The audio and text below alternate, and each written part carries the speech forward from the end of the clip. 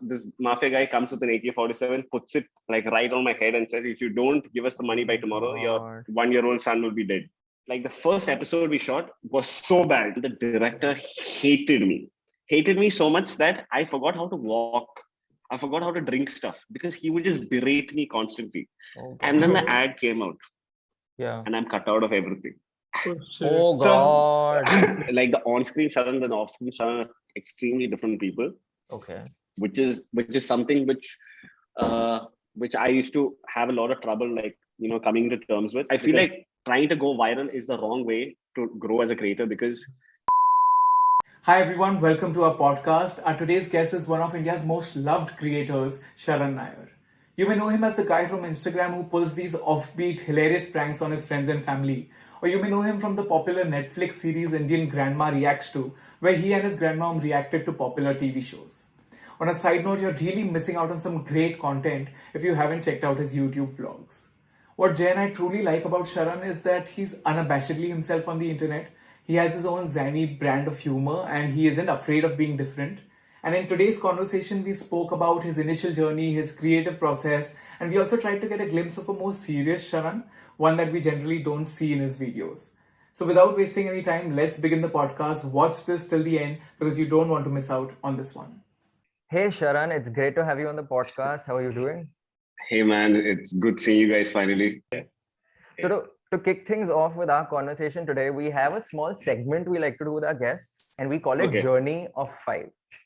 So what Okay. we're going to do is we're going to be showing you 5 either video snippets or images which we think kind of represent your journey both as a person and as a creator. And Got it. we'll use these as jump off points to then talk about different phases of your life. Yeah. Got it. Works. So we'll show you the image. I'm damn excited to see what you guys got. And what we'll be doing is we'll show you the image or clip and then we'll ask you a question right after. Sound okay? Cool. Okay. Sounds good. So without further ado, let's look at clip number 1.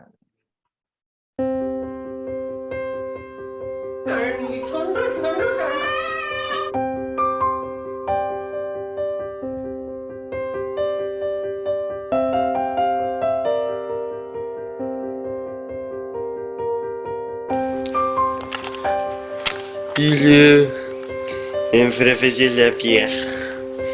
Études français et mathématiques. Est venu le Suède qui peut vite.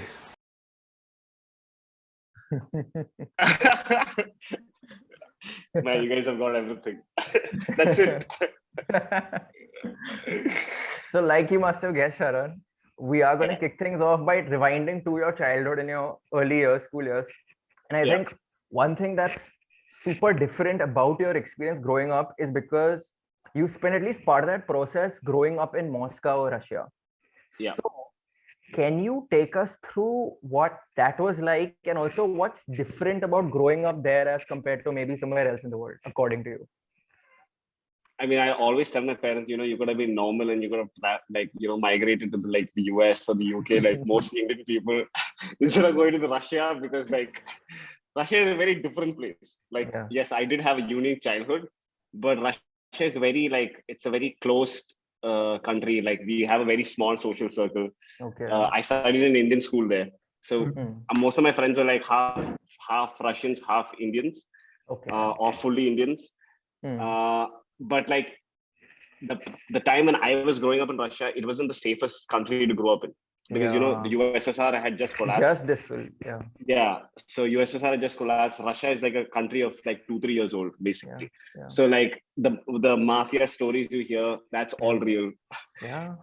There was a time when so how the mafia works when you like, especially in those initial years, is they'd come and they'd basically say, we'll offer you protection from other gangs. You give us money, even if you don't want protection. Okay. So you don't have a choice to say, no, I don't. So there's my dad has told me a story where like the mafia once came, offered my dad protection. Yeah. My dad obviously couldn't say no, but then he couldn't pay the money which they wanted.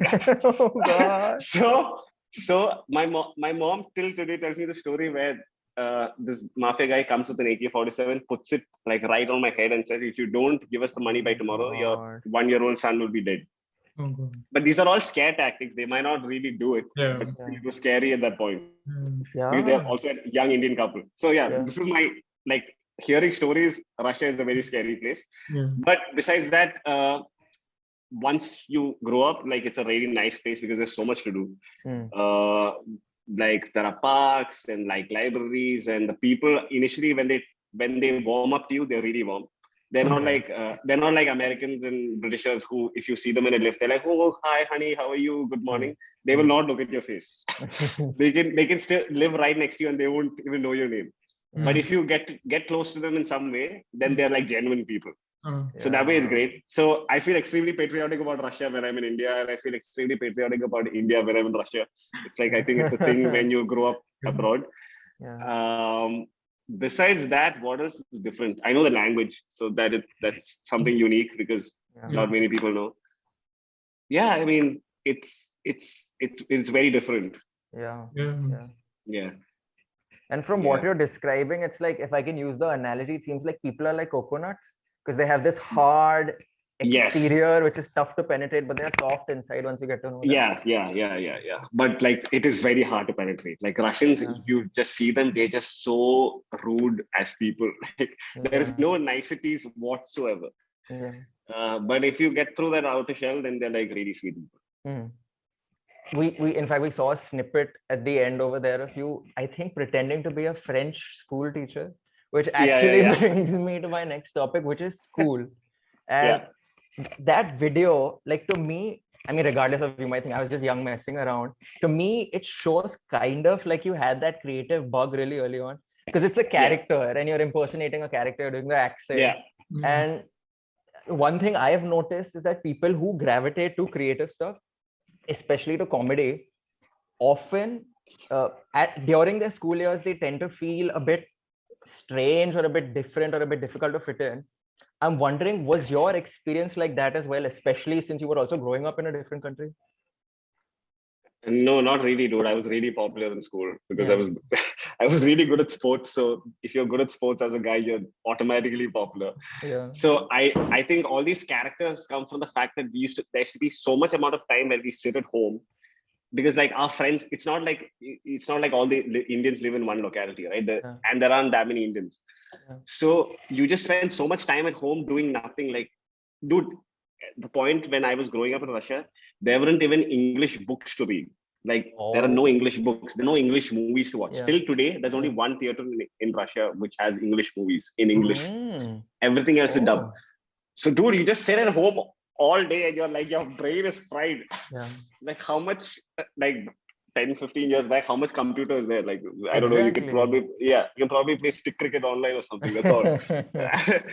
So this was just a way to entertain myself. So, like, my best way of entertaining myself was to irritate my family members, which is exactly what I do right now, but I get paid for it. And like creativity wise, like, I never thought like I would do this in my life. Like, because in our family, so we have like, my mom has two sisters and all the kids are around the same age. So in our family, we had very clear like lines on what each person does. So I was always the sports guy. My cousin Apu was always like the artsy. She got into movies, and so she's all into that. My cousin Siddharth was into music and stuff. So everybody had clear guidelines. So I was never supposed to do this. Even if I watch MTV for a second, my family will be like, "What the fuck are you doing? Watch cricket." Like, what are you doing? You know. So yeah, it's very different to how I was as a child and how I'm right now. I think in your college, I think you took up management, and I feel like our journeys have been very similar because I've also studied management, and then we both, I think, joined our family businesses, and then both of us left it to follow our passion. For me, it was singing. For you, I believe it was acting. Acting, yeah. Do you have any memories of your initial days of struggling as an actor? Any acting auditions that you went for? Anything of that sort? Oh, it's the worst. It's the worst feeling. Like, try to getting into acting. It's like you feel almost not human. Like, that's how they make you feel. Like, you know, the funny thing is, when you don't want to become an actor, but you're a reasonably good-looking guy with like a nice body, if you go for a party or you meet someone somewhere, they'll be like, "Oh, you know what? You should do ads or you should do movies." there are some people who are like in the movies or in that industry. And then when you one day you wake up and realize you actually want to do that, and you approach the same people, they just disappear. Then they suddenly don't want to help you. But like acting is like, I wanted to become an actor, but I don't think my priorities of why I wanted to become an actor was exactly right. Like, you know, my wanting to become an actor was less to do with the passion of acting and more to do with, okay, I want to be famous. I want to live this lifestyle. At the same time, making videos is something I love doing. I don't give a fuck whether I'll become famous or my videos get so many views. It's just to do with the fact that I love doing it. But acting, like initially first of all, I'm a really bad actor. Secondly, like my auditions, like if you watch the auditions, you just laugh. Like just laugh because I'm that bad. So I'm glad I came out of that. But even when I told my parents that I want to become an actor, they were also like, oh, we have never heard this. You've never even acted in one play in school. How the hell have you come up with this? So they basically thought that is another time wasting tactic, because I was just trying to buy time to just chill around. Because Karan, unlike you, I think you only went to one college. I went to 3 colleges. I dropped out of 2 because I couldn't take it. Like I went to Dubai first, I couldn't take it there, so I dropped out. Then went to Bangalore, Christ, dropped out. Then finally finished in Moscow. So I had a tough time. Like college was my toughest time, technically. No, but in a way it's good, because at least now what you're doing, you're really passionate about it, and that's why you can sustain it for a very long time. Had you gotten into acting, I don't think you would have been passionate for a very long time. You would have outgrown You're it. absolutely right. You're absolutely right. Like this is every day. Like it's an everyday grind, but I enjoy doing it.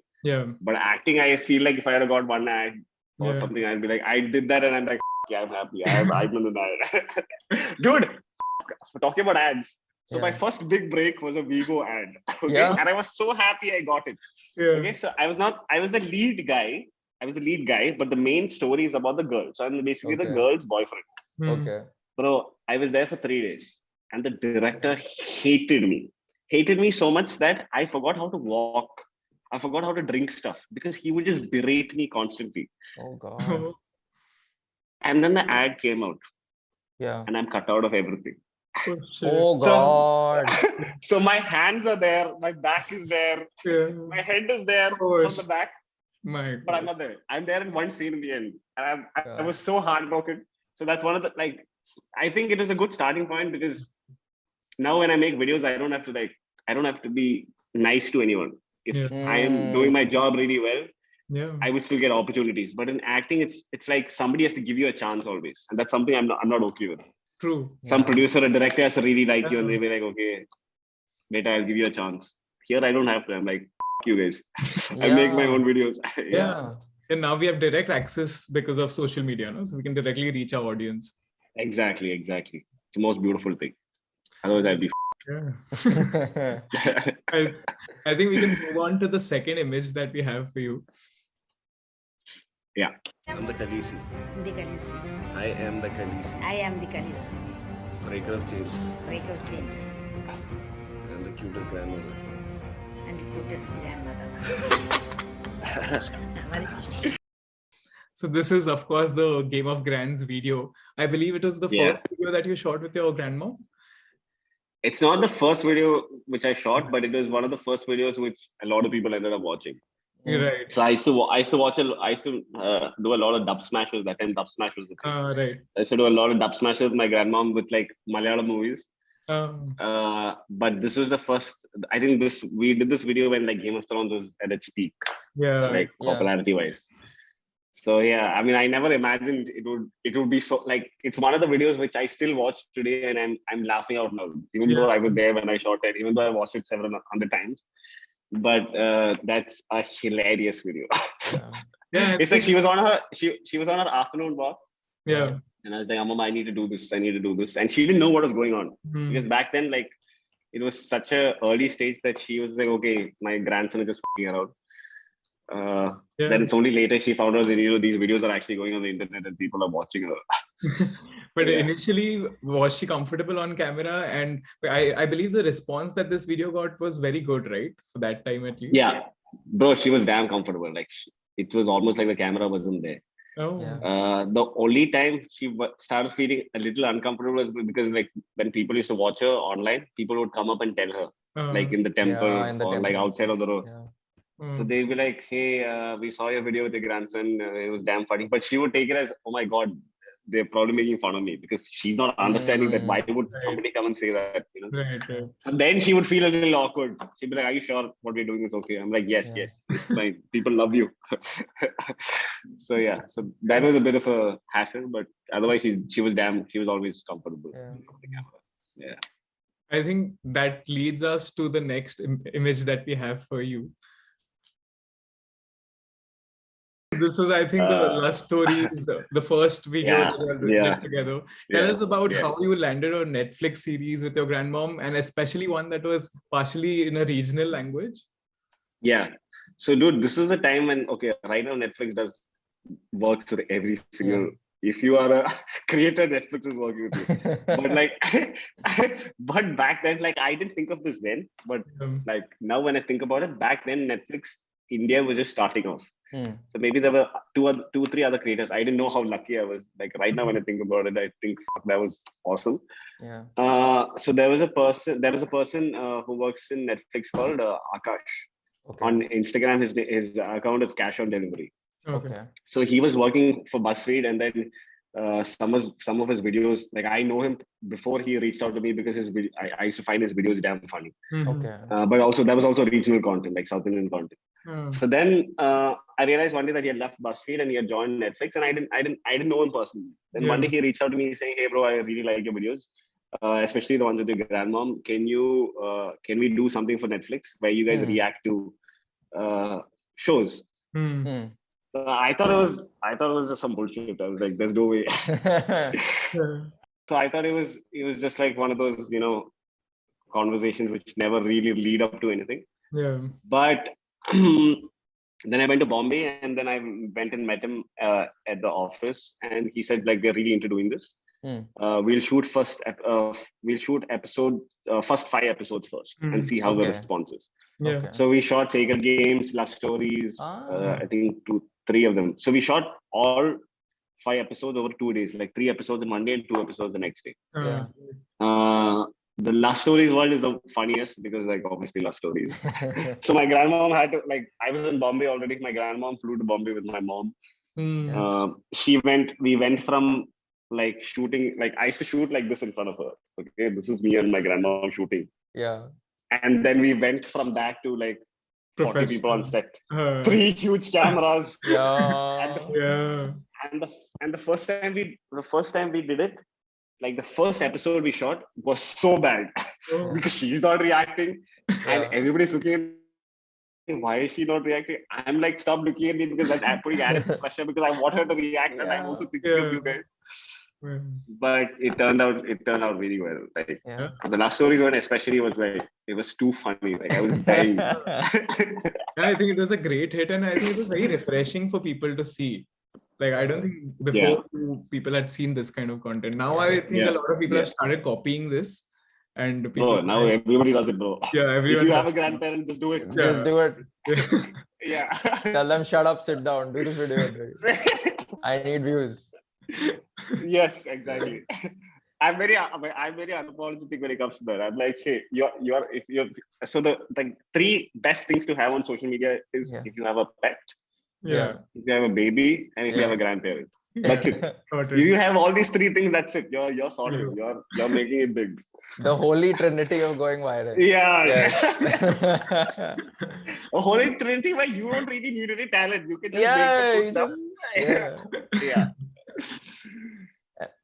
It was fun, And I think another thing that was really refreshing about the video was that it was your candidness with your Ammuma, and like you didn't have that, oh, she's my grandmother thing. It seemed like you were with a friend. You were with an older friend, but you were with a friend. And I mean, she's been such an integral part of your early videos.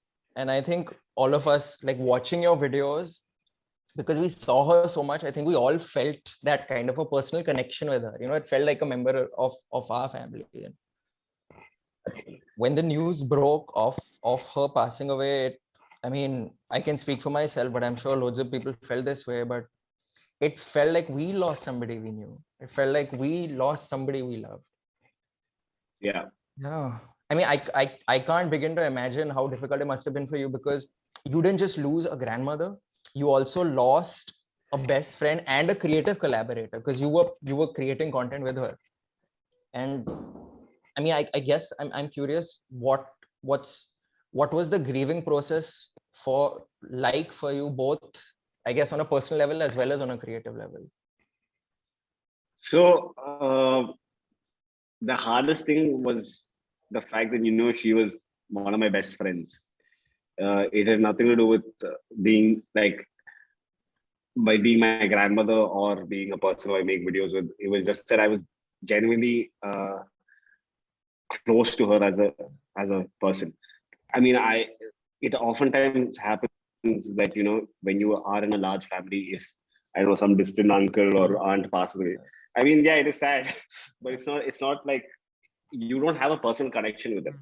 Yeah. And there are a lot of people who have grandparents, but they're not close to them. Like they barely spend any time with them.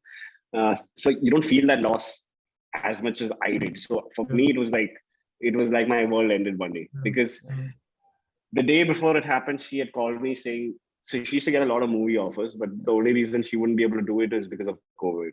So she had called me maybe 6 hours before it happened, saying, hey, there's this director who called me. Yeah. He's going to come day after tomorrow to meet me. So I want you to be there. Okay. So it was just like a friend calling, like, it was less of a grandmother, more of a friend. So I feel like, it has happened probably 4 or 5 months back, I don't think I'll ever come to terms with it. Also because it was so sudden. It's one of my biggest, the things which I'm most scared about. Yeah.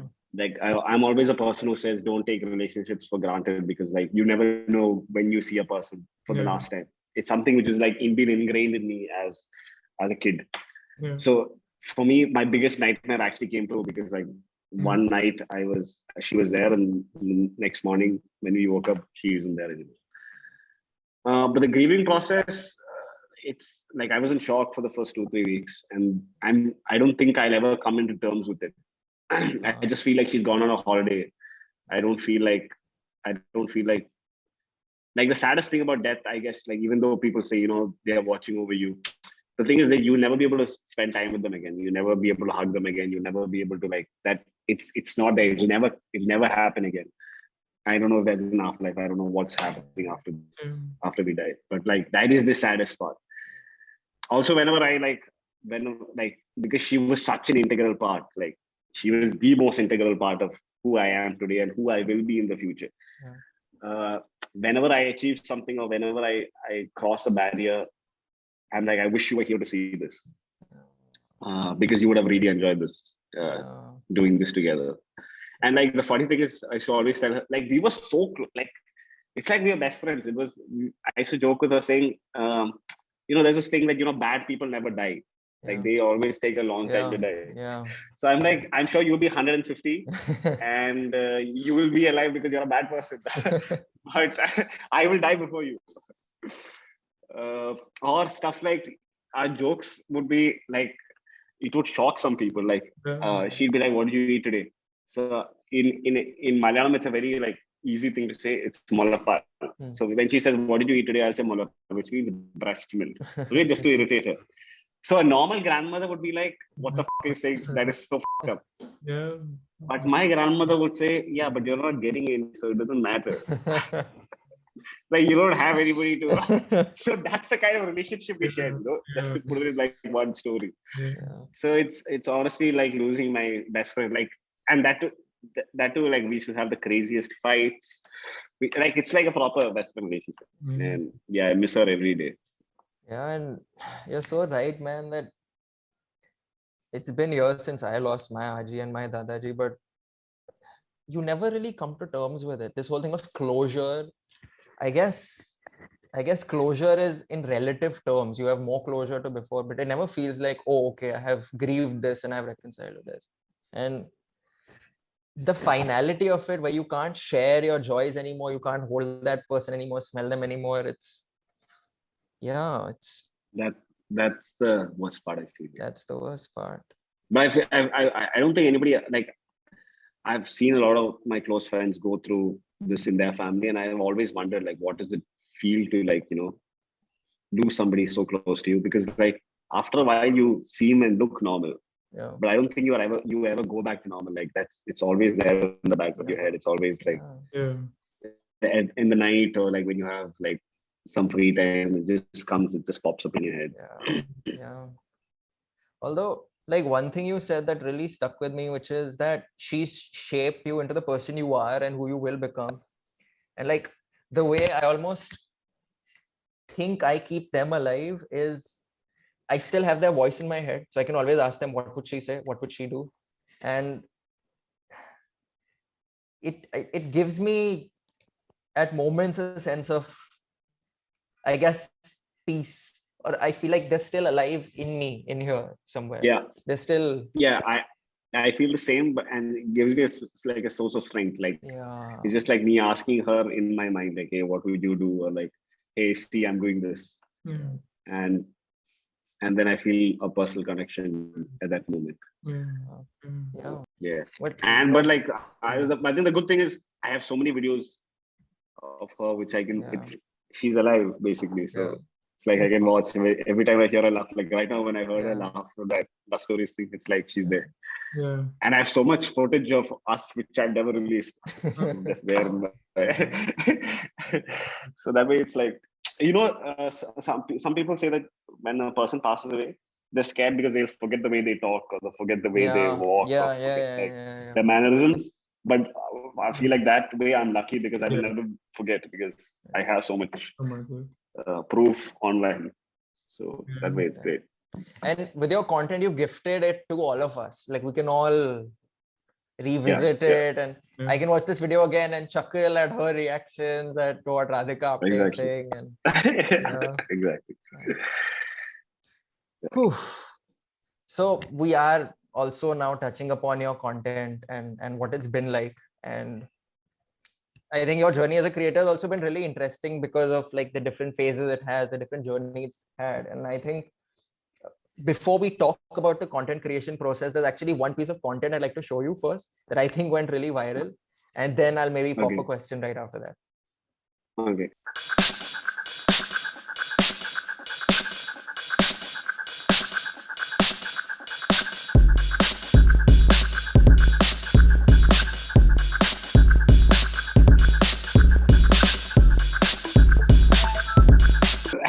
This is a terrible video, first of all. Okay, there was no effort put into this. This is not actually going viral in the sense of going viral. Reels had just been introduced in India, and Instagram were just pushing certain videos, and this got some 7 million views. I know. At the moment, it just like randomly. This is also why I don't like Reels, but that's for a different discussion. It was like it probably took like 20 seconds, just like around. And the comments it got, like, I was like, bro, what is going on? And it's so random because you work for hours and make a nice video, and then a random reel like this will get 7 takes million. off. Yeah. Exactly. That's one of the reasons I don't like Reels, but In fact, in one of our other episodes, we were also talking about how like sometimes content of yours which you don't like or aren't proud of is the one that tends to then blow up the most, and people associate. Always. It's like a guarantee. If you don't like it, people will like it. It's a guarantee. And there are some videos which I love. Which I'm like, bro, this is supposed to be the most watched video in India. But no, nobody's watching it. Nobody gives a fuck about it. Nobody's talking about it. Although, one thing that I find really interesting, you have content that is zany and funny and goofy and a bit silly at times. But what I think people often do is they underestimate sometimes just how much work and effort goes behind some of those videos, and to create that vibe, because you have to create that vibe somewhere. It doesn't just naturally spurt out of the ground. It's deceptively simple, but Karan and I were creators, so we know that it takes that effort behind it. And I guess you have kind of found your voice, and your content has a distinct flavor to it, which both Karan and I appreciate. But you've not just found your voice, you've also found the way to at least make some of it go viral and get eyeballs. And so I guess my question to you is, if based on your experience creating videos and having them go popular, do you have, I don't know, a few pointers or suggestions or, you know, a checklist, if you will, of steps you follow to maximize your chances that something might work? Well, I mean, I love the fact that you talk about the vibe, because it looks deceptively simple, but it is not. And the vibe is the most important thing, because especially if you're working with other creators or you're trying to create a fun environment, it is easy to get lost in the fact that this is a normal. This is not normal. We are creating it. I feel like trying to go viral is the wrong way to grow as a creator, because you don't want to be known as that guy who made that one video and that's it. And that's where your career was at its peak. And that's where you will be forever known if you stay relevant. But you don't want to be known as that one guy with that one video. The one hit wonder. Yeah. For example, I always think about, like, in terms of like music, when it comes to like, have you heard the song called like we were talking about it yesterday, like this song called Cheerleader in 2015. It's na na na na na na. I know this is a bad it sounds rendition, familiar. No, it sounds familiar. Cheerleader. So dude, this song was there everywhere for the, like, I think the whole of 2015, it played in every club, every car, every this thing, okay? And this guy was the rage. But now today, 6-7 years down the line, like, you don't even hear about this guy, you don't hear his song, nothing. At the same time, like, Jay-Z has been creating music and creating good songs for the last 30 years. There are some albums you don't even remember, but like every time you think, okay, Jay-Z is relevant, he comes out with a bang. 444, for example. So that's exactly what I feel like I want to be as a creator. Like, I don't want one viral video where I get like 200,000 followers. It's great to get 200,000 followers in one night, okay? But first of all, there comes an added pressure with getting 200,000 followers in one day, or like 500,000. And you're not, in terms of growth, you're not ready for it. Because you're at a stage of your career when you need to be at 100K or you need to be at 50K. And you learn, the more you learn, it's like, okay, now you're ready for the next step. So in terms of virality, I do, like, people always say, you know, we should go, like, I hope this goes viral. Like, I don't think you really wanted to go viral. I think you wanted to do well, but you want all your other videos also to do as well, or not, if just a bit better. I think what I'm taking away from this is you need to be good, and you need to be good consistently for a long time. But you know, in Instagram especially, and many other platforms also, they all run according to their own algorithms, and they're all the time pushing certain trends which are most of the times very annoying to do. I've seen that you've also done a few trends, maybe because of the Bro, I've done everything. I'm a trend whore. I do everything.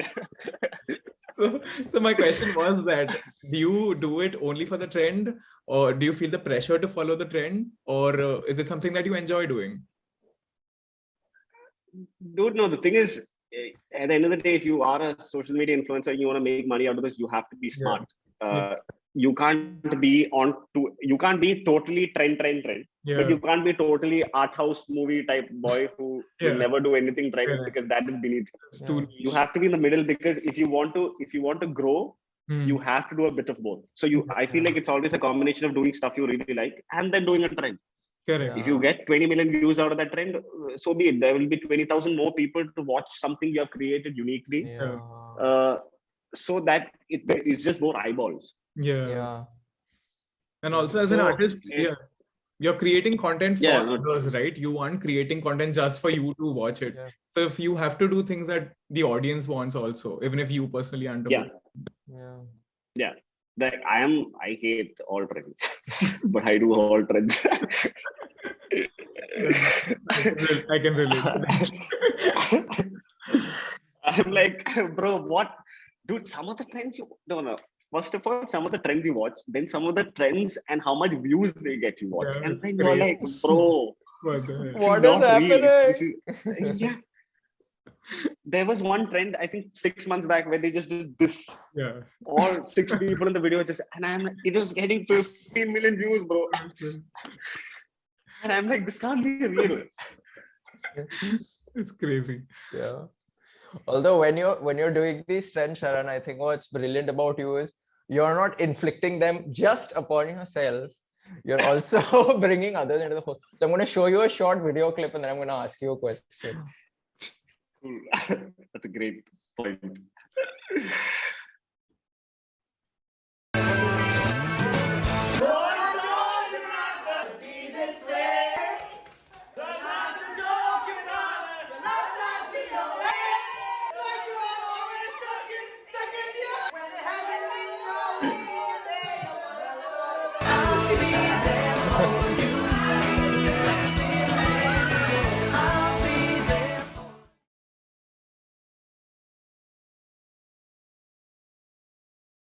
Okay.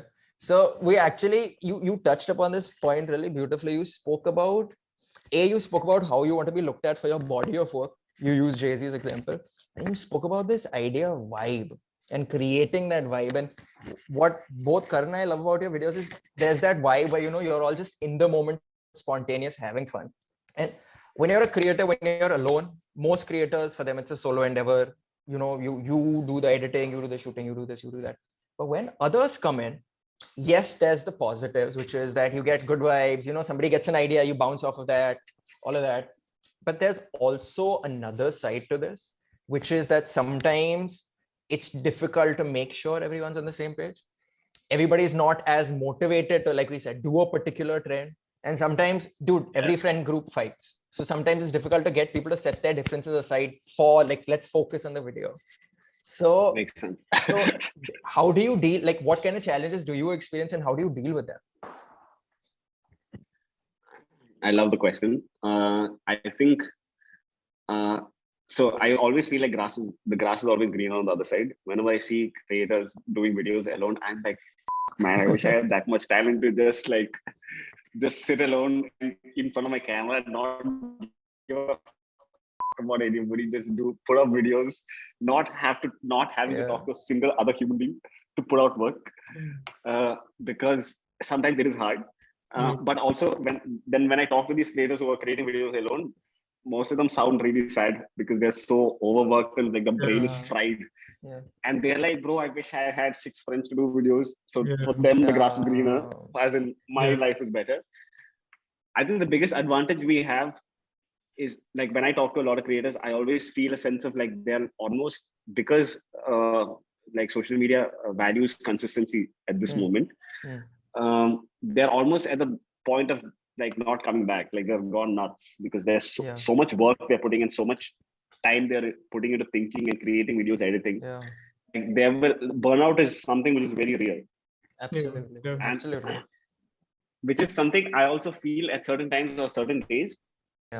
Whenever I'm feeling that, I have a group of people who come and tell me, hey bro, let's do this today. So it's not, for me, my final goal is not to create, I'm not trying to create Sharan Nair as an entity. I'm trying to create a group of people, because I feel like a group of people is always stronger than a single individual. So which is beautiful, because like one day if I'm feeling totally fried out of my head and I don't know what to do, my brother or one of my close friends will come and say, hey buddy, let's shoot this video, I think it'll be great. And even if I'm feeling like, oh, should we really do this, they'll push me.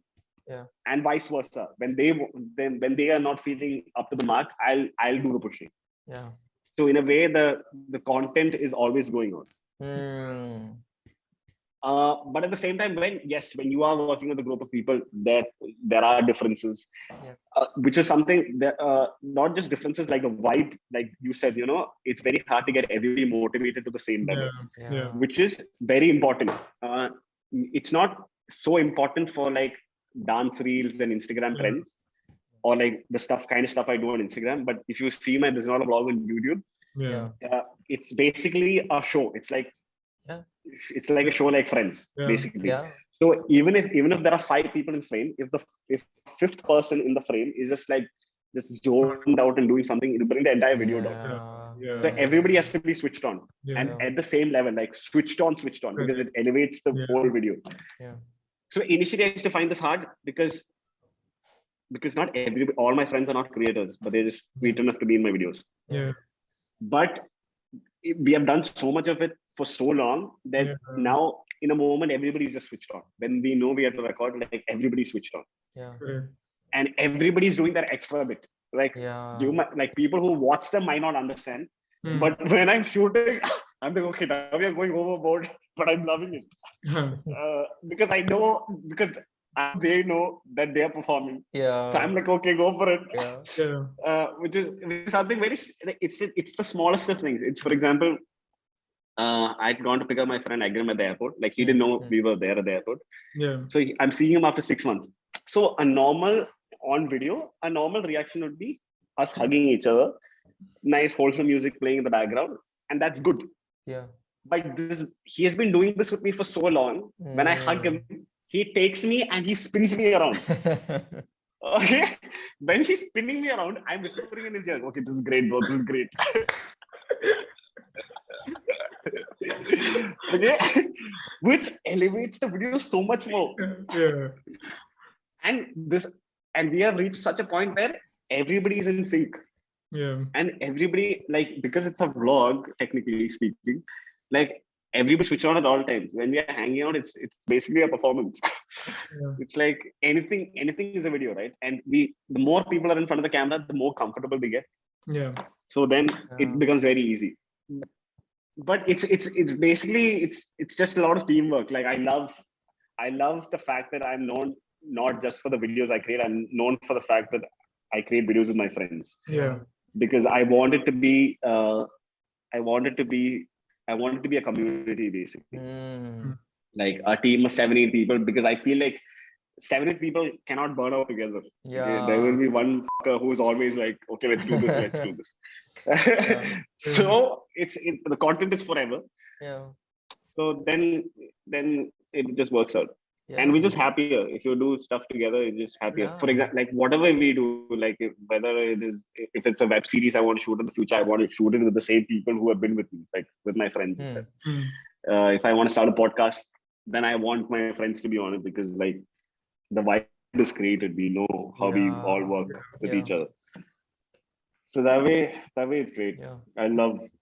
Like, I don't think I'm good with working with people outside. Like, I know tomorrow if I go for an ad shoot, I'd be one quiet boy sitting in the corner because I'm not comfortable. But with the people I'm comfortable with, the circle, it's great. It's different. Yeah. Yeah. So definitely, I've been seeing your vlogs, and I have to say they are a lot of fun. But I feel like Thank they're you. a compilation of fun moments from your day, or like 2 days or something of that sort.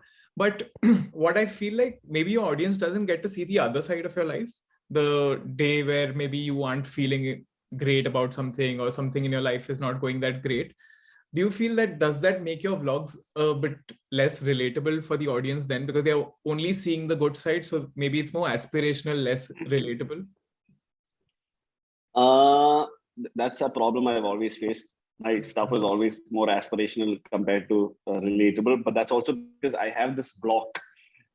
Technically, not like a lot of things in my life are not relatable. Like, I'm from Russia. Like, I grew up in Russia. I didn't grow up in like Dubai or in the US. Yeah. So the people who relate to me are very less. Yeah. Then for example, my grandmother's like this. There aren't many grandmothers out there. Again, relatability less. Yeah. My parents are super chilled out about most things. Yeah. Relatability less. Yeah.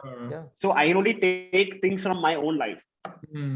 So yes, it is aspirational. That's something which I try, like, at least in my Instagram reels, I try to make like relatable reels just to appeal to more people. But bro, my logic about just showing the good parts of my life is, to create a vlog like this, you have to be switched on 24/7. Yeah. So even the bad moments are not seen as bad moments, because like when I don't know if you watched the video where 1 month back I smashed my head. I fell down and smashed my head. Yeah, gotten hurt. And the old me before, like 3-4 years back, when I wasn't doing content creation, the old me would have sat at home for 2 weeks and cried about the fact that I broke my head and I couldn't go out and stuff. But this me, I cannot, because I am so even addicted to what I do that I'm like, that day I got up and I went and met my friends that evening after I smashed my head, because I'm like, I might get one moment, I might get one reaction. So even the bad moments are, even though they're happening, they're shown as good moments. Because the story has to continue. The thing which I value most is my consistency. Like, I'm not worried about like whether, because those things are not in my control, like whether a video will go viral, whether I'll have 1 million followers, whether I'll be the biggest creator in India. But if I am consistent, then invariably these things might happen. These are like byproducts or like, consequences of me putting out the work. So in a way, yes, they are the best bits. But that's how I want to keep it, because I don't want to make it a long, boring vlog about today I went to the mall, I shopped this, I got into the car. It's not my vibe. No, but at least and now probably it's a lot of work. At least now people know the kind of dedication that goes behind making a 4-minute video. Most people think 4-minute ka video dala and then now he's making so much money. But that's not how it is. So much work. Yeah, but it is true. You're absolutely right. But I also feel like I'm a sort of guy who doesn't want people to know that I'm working really hard. It's okay. You think my life is perfect? It's okay. That's the vibe I want to give off. Like now the people will watch this podcast and know. but if you think my life is perfect and like he's not putting in any work, Sharan is so lucky. Then please think that that's the vibe I want to give off. I want to give off the vibe that I'm living the best life. Because I'm not acting like I'm having a terrible life and putting out my best life. I'm having a great life. It's just that there's a lot of hard work in showing that I'm having a great life, like editing it, putting up the videos together, going for shoots. So that's just behind the scenes. Like people don't genuinely need to know it, because why are people on YouTube? Because they want to get out of their own lives. They want to get out like 5 minutes of free time that they have. They want to see something which is really fun. They don't need to know that my life is also as terrible as theirs. As exactly. Like, they are, So yeah. So far only 4 minutes, man. Also, I can't. If I do one more second more than 4 minutes, I will die. Because you've also spoken about something that I found really interesting, which is like there's a blurring of the lines between what's real and what's performing. And when your like mind's working 24 hours later, I'm wondering, how do you reconcile with this? Like, am I living for real? Am I being me, or am I being, Sharan, the on-screen Sharan? That's a great question, because like the on-screen Sharan and the off-screen Sharan are extremely different people. Okay. Which is something which I used to have a lot of trouble, like, coming to terms with, because on-screen Sharan is like high energy, like high, like, goofy, blah, blah, blah. Yeah. And when people would see me in real life after seeing my videos, when they see me and how I am in real life, they'll be like, bro, you're not the same person. Like, what happened to you? Did something happen in your life that like you're so like low energy? So in real life, I'm not as high energy as. So whenever like people used to ask me this initially, I used to feel bad. Now when they ask me, I'm like, what do you want me to do? You want me to jump on tables when I see you for the first time? Like, what do you want me to do? Like, how am I supposed to react to a stranger coming and talking to me? So like off-screen, Sharan is a bit more like mellow. On-screen, Sharan is a bit more like out there. So I guess like now I've done it for so long that there's a nice blend of it. Like I can do both. I can switch off and switch on whenever I feel like. That's really interesting, because I mean it's not fair for people to approach you and then think, oh, the person who I see in the vlog, you'll be like that 24 hours of the day, 7 days, because life gets in the way. I mean, you can't be that the whole time. Exactly.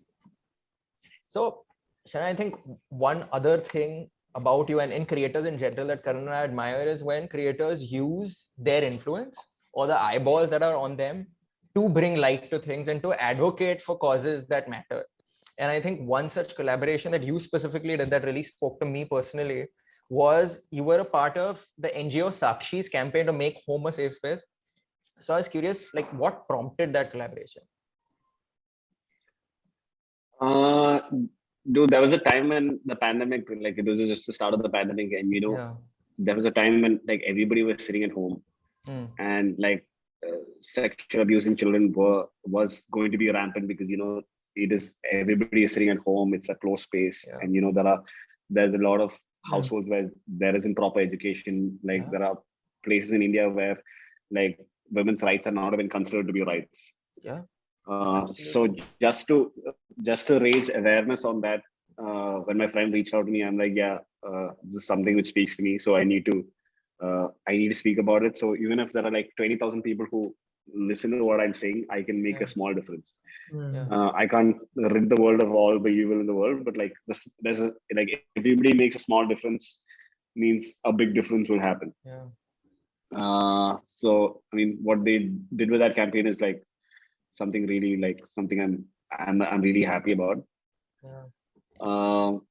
And I feel like in a way, social media is great for that. It's a tool which, like, we saw Social Dilemma and we saw like its power for things going awry, but like on the other hand, it does have so much power to do good. And like you said, you can't you can't change the weather, but you can make your own little corner of the world a bit brighter.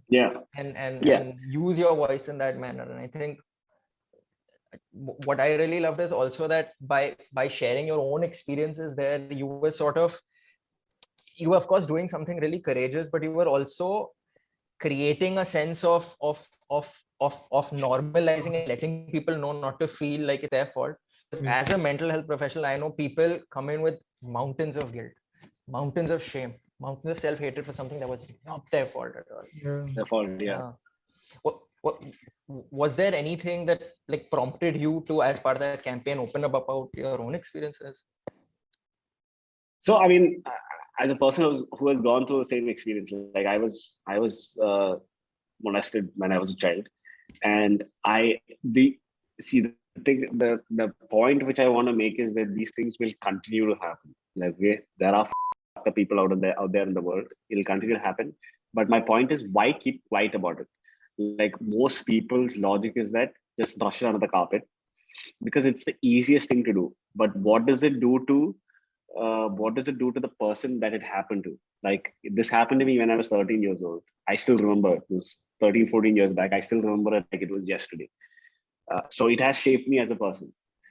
So I'm like, if more people get to know, if more people have the courage to speak about it, the people who want to do such fucked up things, they will not do it just out of fear.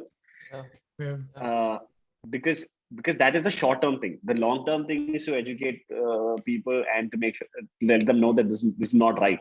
This is just not right.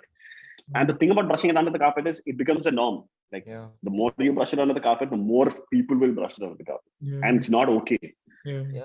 Like 15 years back, if it was people didn't know any better, right now they will definitely know because like everybody speaks about it. I think that's also one of the downsides of, like, we live in a collectivistic culture, and the plus side of that is, we spoke about it earlier, that sense of community, togetherness, all of that. But then the downside is when, to keep the group as a whole intact, you muffle or you silence or you sweep under the carpet things that are wrong, things that are hurting people, things that are terrible. Especially people like, I mean, who do you silence? You silence the weak. You never silence somebody who has the voice. Absolutely. It's always bang on. It's always the people without a voice you silence. So I'm like, especially when it comes, because it has happened to me, because I've seen people brush it on the carpet. Like I've seen it happen several times where I'm like, brushing under the carpet is like this is something which I very strongly feel about. Okay, you file a police complaint, maybe nothing will happen, but you did your part. You let everybody know that this person is like this. Now you cannot change the entire world, but you have done everything under your power to make sure everybody realizes this has happened, and this is the sort of person you're dealing with. After that, it's on them, because then you're giving the responsibility to somebody else. Like when you make a decision, like you're the person in power, you want to punish this person, you punish. Otherwise, don't punish. It's okay. That's on you. Massive kudos to you, man, because it's one thing to know somebody else gets it. When you're alienated in that way, for somebody else to get it means something, but also you're like in a position where, like, you know, Sharan, somebody people like look up to, and he's their pal and he's cool and he's this and that. So to have somebody in that position of influence say, look, dude, I know what it feels like. It's that 10x, you know? People feel less alone when they see people they admire. That's the most important thing, to feel less alone, because these kind of people always feel like they're the only ones going through. Another part of social media is, of course, working with brands. And in my experience of working with brands, I've seen that brands generally tend to play very safe. And your personal brand is slightly edgy. So I wanted to know what your experience has been like working with brands. And I've also seen that you come up with your own campaigns or your own briefs in a way, and you don't always follow what they want you to say. So how has that side been? You're going to make me cry with this question. Because I wish every day that I didn't create edgy content and I was creating content which is very brand friendly. Because that's like a constant tussle in my head. I'm like, yeah, if a brand sees this, they're never going to work with me because that's not the sort of person they want to be associated with. And at the same time, I'm like, yeah, but this is me. This is who I am. I need to put myself out there. But yeah, bro, it's been brands wise, it has been hard. I mean, I do a lot of brand work, touch wood, but I would have done a lot more if they were more risk taking. But I feel like that not just a lot more. I feel like the ads would just generally be better if they allowed me to do whatever I wanted to do. Because, for example, if you have 100,000 followers who are following you for your work, and for the stuff I create, then they want to see exactly what you create on a normal day, and you integrate a brand. Absolutely. But there are a lot of my brand videos which are safe, which are not exactly as edgy as my content is. So maybe that video won't do as well. But I feel like it's a thing which takes time, like, because like advertising on Instagram or YouTube through creators, it's not like a 50-year-old thing. It's like 10 years max, maybe 6 years, 7 years. So like brands are also finding their way and they're becoming more risk taking. They're willing to trust their creators. So it's a very slow process. I think they're also learning to trust creators over time. Sometimes they send me briefs where it's so not me, and when I say it, obviously the video doesn't do well because my audience is also shocked, right? Suddenly, what is he saying? So I think with time things will change. See, I also, like, even I used to do that. There was a time when I used to be like, guys, okay, I know you guys are paying me money and I know I'm supposed to do exactly what you're asking me to do, but if I do this, it's not going to do well. Like, I'm just saying this out of like respect for your brand. Like, you're paying so much money, might as well get the right thing. Exactly. But they never, like, mostly they don't come back saying, okay, Sharan, do what you want to do. They'll be like, just shut up and do what I tell you to do. Then I'm like, okay. I'm like, okay, this is what you want me to do. This is what I'll do then. But like you said, Sharan, a lot of your content involves friends, your family members, and a part of being on social media is getting hate. I understand getting hate personally, but how do you handle hate when it comes for your friends and family?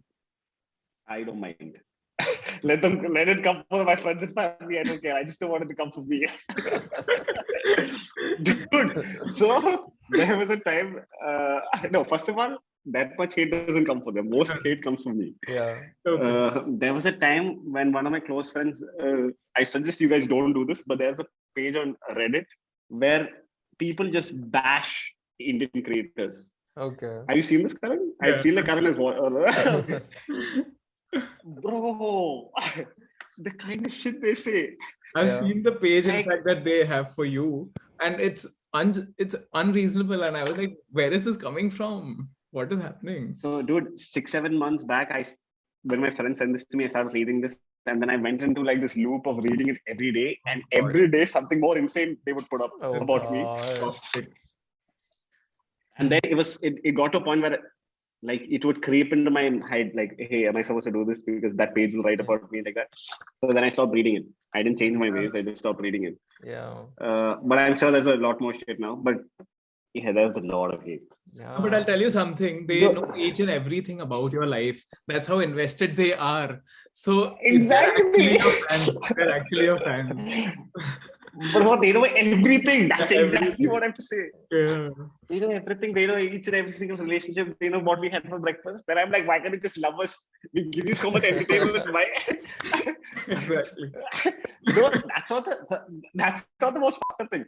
The most fucked up things are things like, we saw them in the coffee shop yesterday. They were making so much noise. I'm like, bro, you were there. This is kind of scary. You were right next to us. if you didn't like what we were doing, you could have just told us. You don't have to come out Reddit and then complain about it. But I think somewhere maybe But this I is have a this rooting from their this is insecurity. also Maybe. That I don't know. dude. That's what I was talking to one of my friends in Bombay who's also a creator, and he also gets a lot of hate. So I was asking him how he takes it, and we agreed on the same thing. It's the fact that I think these people would all love our lives, to live our life, to do what we do. Yeah. It's an envious position. They would love to do the same. It's just that maybe their parents didn't let them, or maybe they know they're so set in their ways of how to make money and what job they need to have. They never ended up following their passion. So it comes from a position of like jealousy and envy, and that's what I feel. No, I was thinking about this the other day, and when you are a creator, especially when you're a creator for a long time, right? Or you're doing stuff like vlogs, you're putting a lot of your life out there, and it's asymmetrical, right? Because you have more of you out there than they have of them out there. And I think every human being, and anybody would agree to this, is ultimately fallible in some sense. We're inconsistent, we're rude, sometimes we're stupid, and we make mistakes. And the thing is, if you view any human being's entire body of work, even if they're the most, you said, golden, halo around their head, harps playing in the background person, they'll have they'll snap at somebody. They'll have a bad morning because they haven't had coffee and stub their toe or something like that. And I think for some reason, when we look at creators or actors or celebrities or whoever's in the public sphere, like we deny them that fallibility, like we're surprised by it, or we're hurt by it in some way, and that makes no sense to me. You are so right, dude. Like, this is exactly what I was going to say. Like, that's also one of the reasons. Okay, actors generally have this. Like, they're not supposed to have a bad day. They're not supposed to lash out at any freaking journalist. They're not supposed to do anything bad in their life. But they're also human beings. They will. But they're at least not in the public eye all the time, right? It's probably when they get out of their car or get out of their house or at the shoot or something. But for example, creators, their whole life, like no matter what you create, your life is there at some level throughout. So that's why I feel like we have a very there are very few people who are edgy, or there are very few people who want to take risks, because all creators are so scared to be themselves. So they just all want to be the nicest version of themselves. Like and it's hard. But it also limits a lot of the content which could possibly come out if you just let them be. Because I mean, I get a lot of hate for just being myself, but I know for a fact that I am funniest when I'm making fun of my friends, or my friends are making fun of me, or like, I'm not the nicest person. Like, my comedy doesn't come from that. So do you want me to limit that and just be what 10 other people are, just because I need to fit your criteria of what a nice person should be? Or I get stuff like, you objectify women in your thumbnails. Bro, these are my friends. Okay, they don't have a problem with the picture. Why should you have a problem with the picture? And then they say stuff like, you only make sexual content. Bro, you are watching the sexual content. You want to start watching astronomy content? I will make astronomy content. Just click the video the same number of times. So I feel like just the way in the filmmaking world, there are different kinds of directors and producers and actors. For example, you can't ask Rohit Shetty to make a movie like, I don't know, Mani Ratnam. Because Rohit Shetty makes like mass fucking movies. He wants 500 million people to go. And I'm like, in my head, I just want to make Rohit Shetty kind of videos, like masala kind of vlogs. I don't want to make one aesthetic looking, oh, the sky is so beautiful, oh, look at my fit today. That's not who I am. So just like me for who I am. You watch Rohit Shetty and then you go watch nice, beautiful Mani Ratnam fucking awesome movies also. So I feel like everything shouldn't be uniform. Everything should be allowed to be as they are. Showcase yourself. But these are the people who will also comment on aesthetic videos that your videos aren't fun. So they have a problem with everything. Exactly. Damned if you do. Exactly. Damned if you don't. Yes. Yeah. So I think with that we can end today's podcast. Thank you so much, Sharan, for being on the show, for being so generous with your time, for being so open and Thank you, transparent. We had a great time chatting with you, and I'm sure our viewers also got to see a different side of you, like you said, the real Sharan. Think they get to see more tidbits of the real Yes. Sharan. Would you like to say any Yes. parting words before we leave? I think I had a lot of fun. I think we spoke for like an hour and a half, but it didn't feel like an hour and a half. So we should do this more often. Yeah, It was a lot of fun. Yeah. Yes. Absolutely. Thank you guys. Thank you guys for having me. Thank you so much. And to our viewers, thank you so much for watching. If you enjoyed today's podcast, you like podcasts, make sure you hit that subscribe button, press the bell icon to be reminded of when we have a new episode coming out. Like the video, let us know in the comments what part spoke to you the most, and we will see you again in another episode. Take care. Bye. Bye.